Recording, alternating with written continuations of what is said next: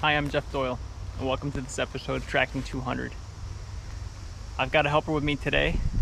I'm not too far from home, but it's still nice to get out into the woods, and so I'm just scouting an area a small pocket of woods. It's kind of a little swampy, little nasty area, a lot of poison ivy in here, a lot of just brush and just scrub. Yeah, and I got a good helper here. Buck. You what? Chicken. You what? Tell chicken. A chicken? Yeah. Okay. Probably he's mine. You're looking for a chicken? Okay. Probably me. Come over and see this. I'm flying. I've noticed in some of these areas that aren't really in the big woods, the bucks still tend to use the same areas for rubs year after year. I'm not really sure it's a signpost rub, but what I've got here is this little cluster of trees here, and you can see looks like nice looking bucks come in here, rub this up, and there's some old rubs from previous years. Like I said, this isn't the first time I've seen this type of activity, and so if you do get into some of this scrub land, a lot of times these little clusters will hold rubs. I also happened to catch my eye. There's a broken branch here, and so it looks like he's probably knocked that off, and then we've got a horizontal rub right here. This has got all the makings of a big buck sanctuary. There's thick cover, tough to penetrate, and there's a lot of summer feed. There's water here. Another nice rub there. So there's got this creek, small little stream here, and looks like the trail goes right along it. I would be surprised if we don't go up here and see another rub. Yeah, so here's another set of rubs. This is obviously a key travel corridor, place that if I set up a bow stand, I'd be able to maybe get in here and have a chance at this buck.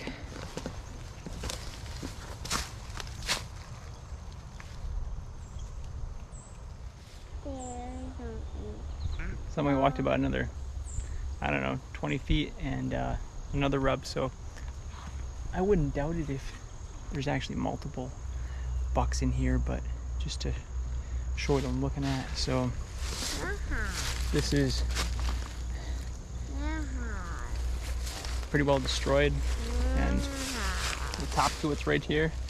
It's still green, so if you're looking at fresh rubs, this doesn't look like it's a fresh rub. It doesn't have green layers to the bark on it, but it's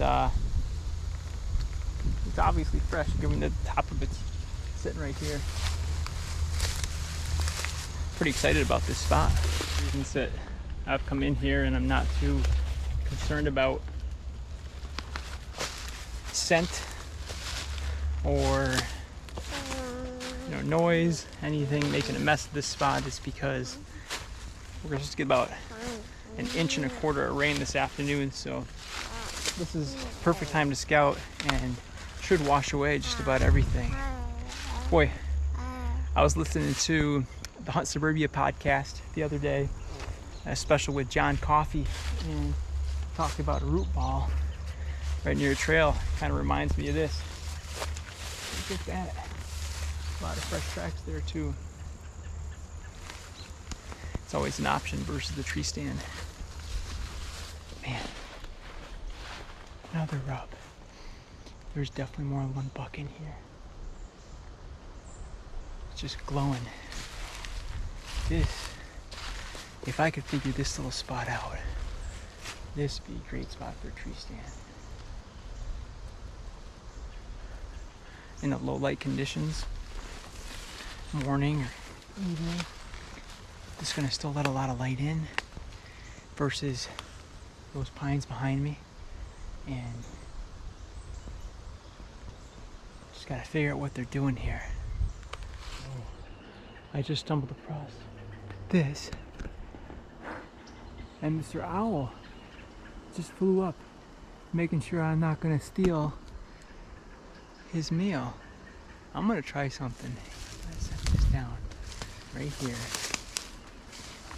A bunny rabbit, I think. He's got his eye on it.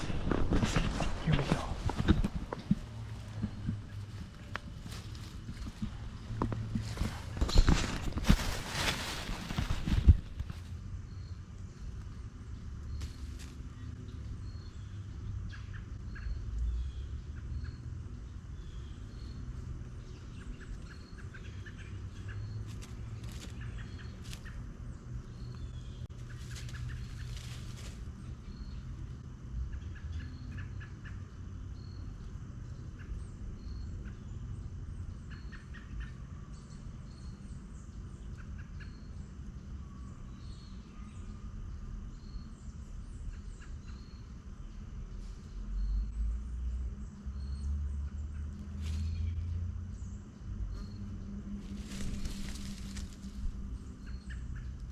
I can't wait to see what this footage looks like.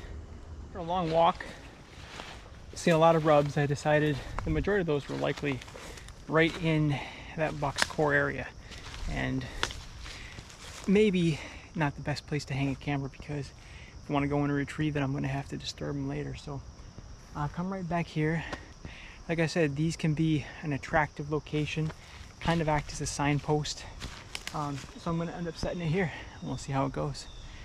Hope you all enjoyed this episode. A little scouting, smaller land, a little different from hunting in the big woods, but it's great to get out and hunt nonetheless. So we'll see you on the trail.